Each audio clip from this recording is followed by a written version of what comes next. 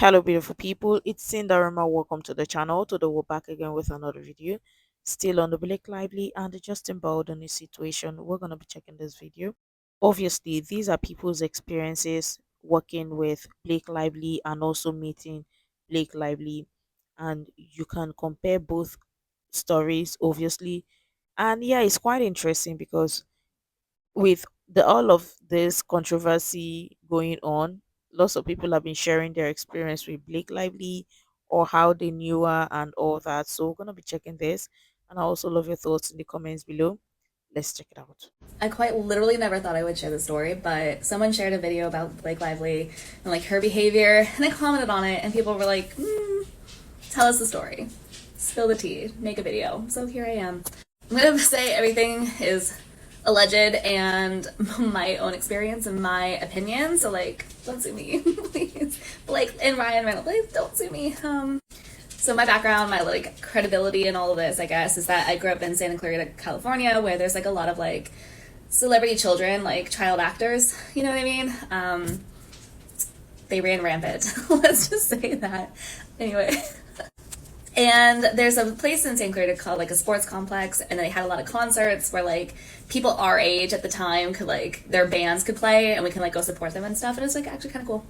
So this is like circa 2005, 2006. She had just done The Sisterhood of the Traveling Pants. Like it had just been a movie that no one around me that I knew of had really seen it.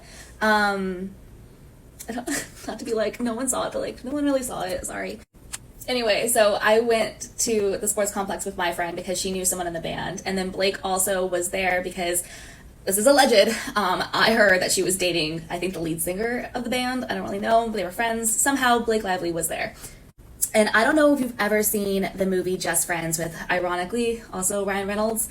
But Anna Faris is in it, and she plays this like kind of a crazy kind of person. And I'm not even kidding you. Looking back, I would have thought that Anna Faris was like channeling Blake in one of the scenes. There's a scene where they go to like a small town diner bar, the Maple or whatever, and Anna Faris's character is like, oh my god, I know, it's so exciting. Like, if you haven't seen the movie, you need to, because it's like one of my favorites. Like, it's so good.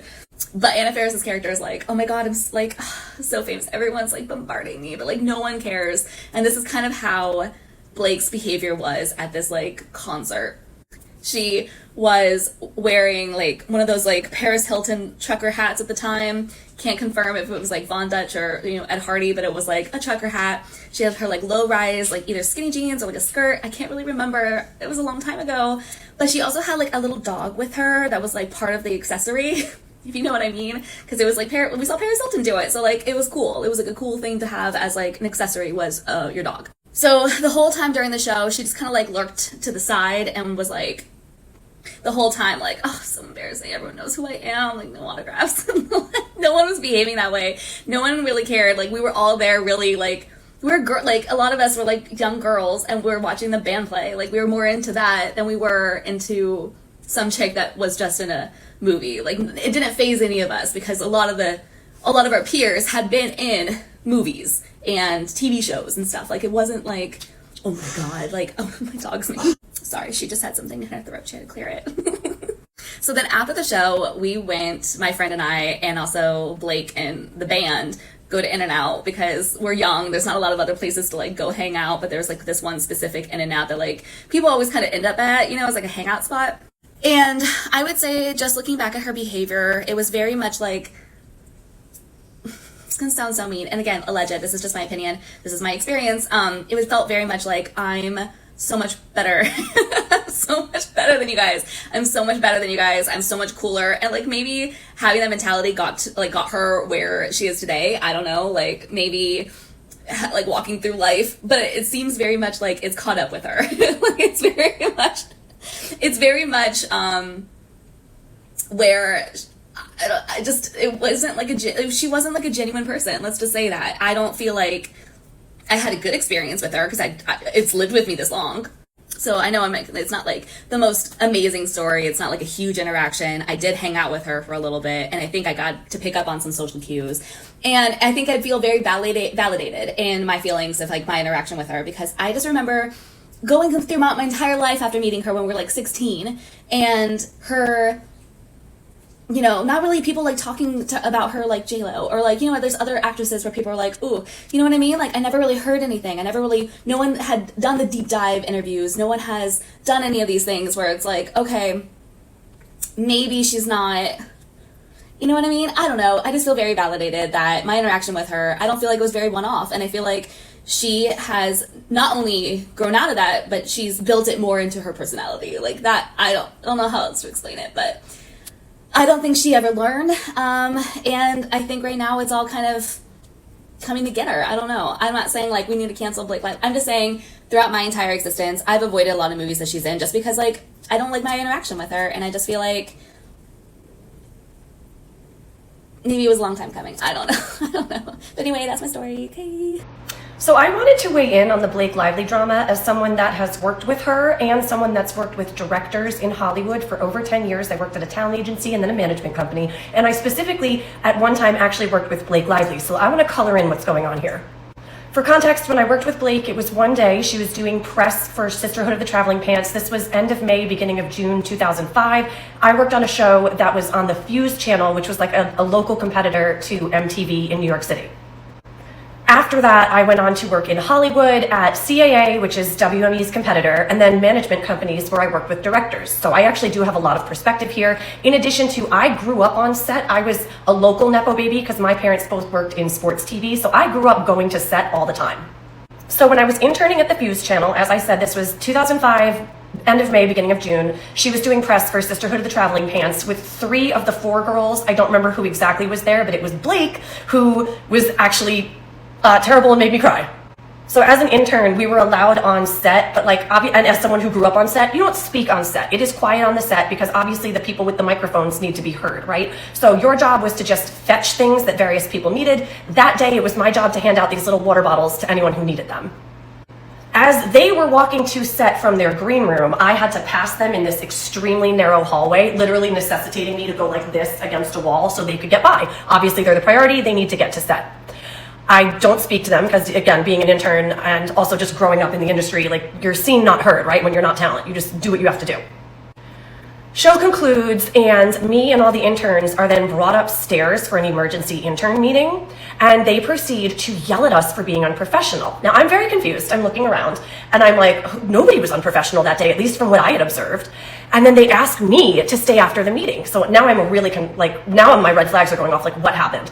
She, specifically Blake, alleged that I was unprofessional and treated her like a fan. I want to reiterate, I did not speak to her. I had no idea who she was. She hadn't done Gossip Girl yet. Like, this was her breakout thing. Didn't even know her name. I was focused on the next show that I was supposed to help with production, which was a gaming show that we were doing, or a contest show.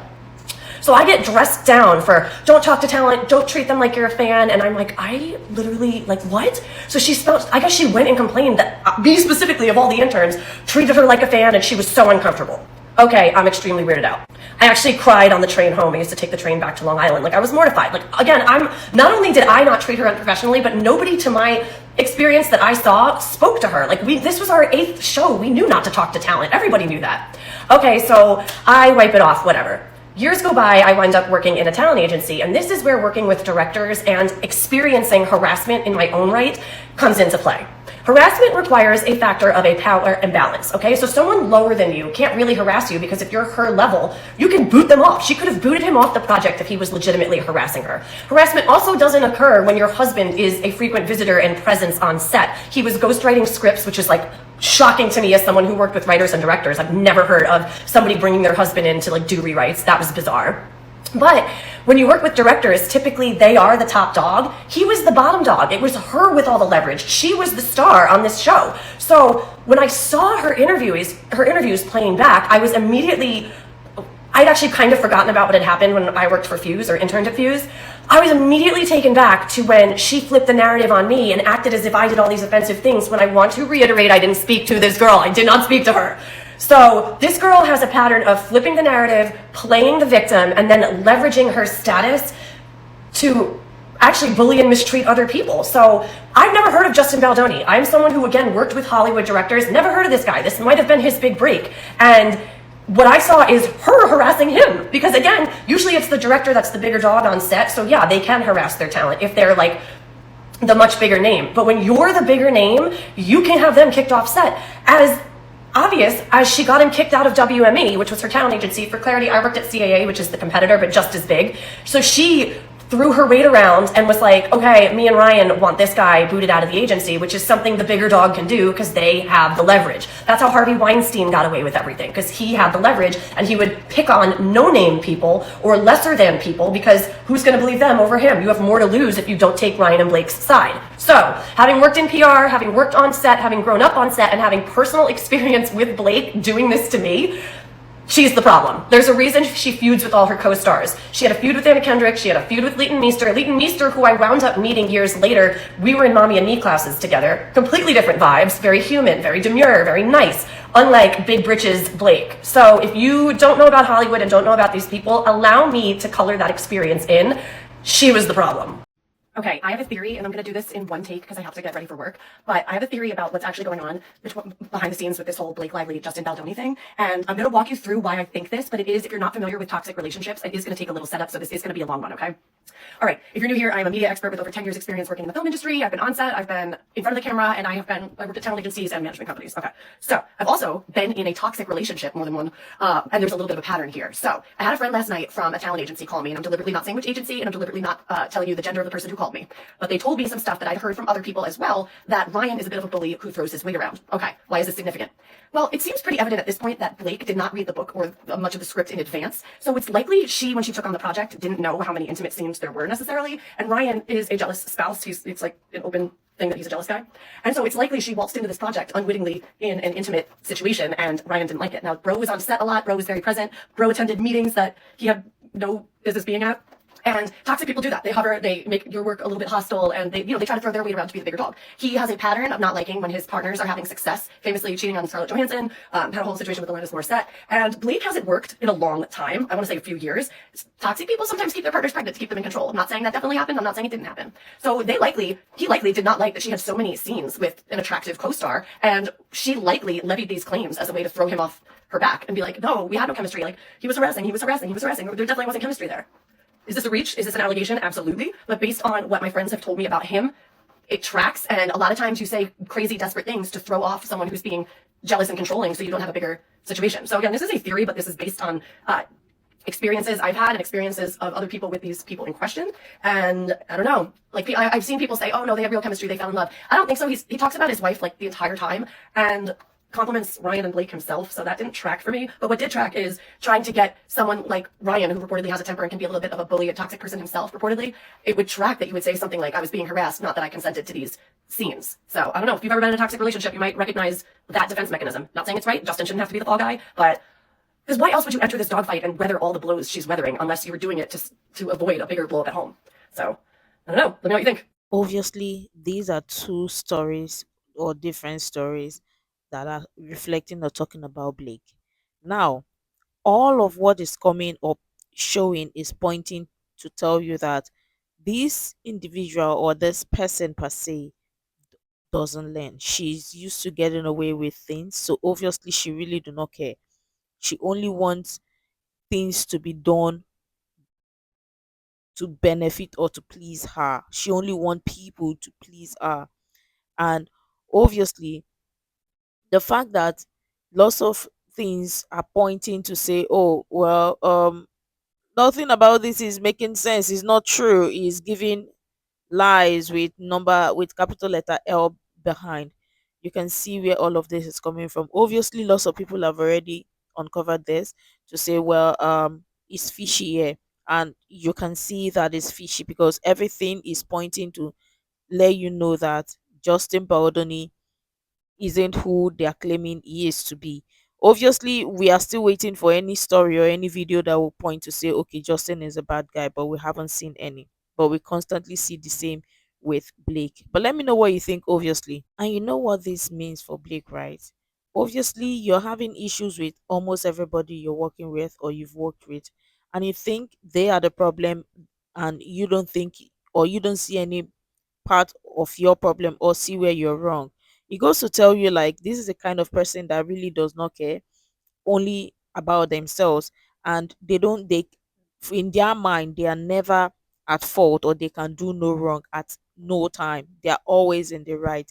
Those type of people, they are very, very scary, obviously. But let me know what you think regarding these two stories in the comments below.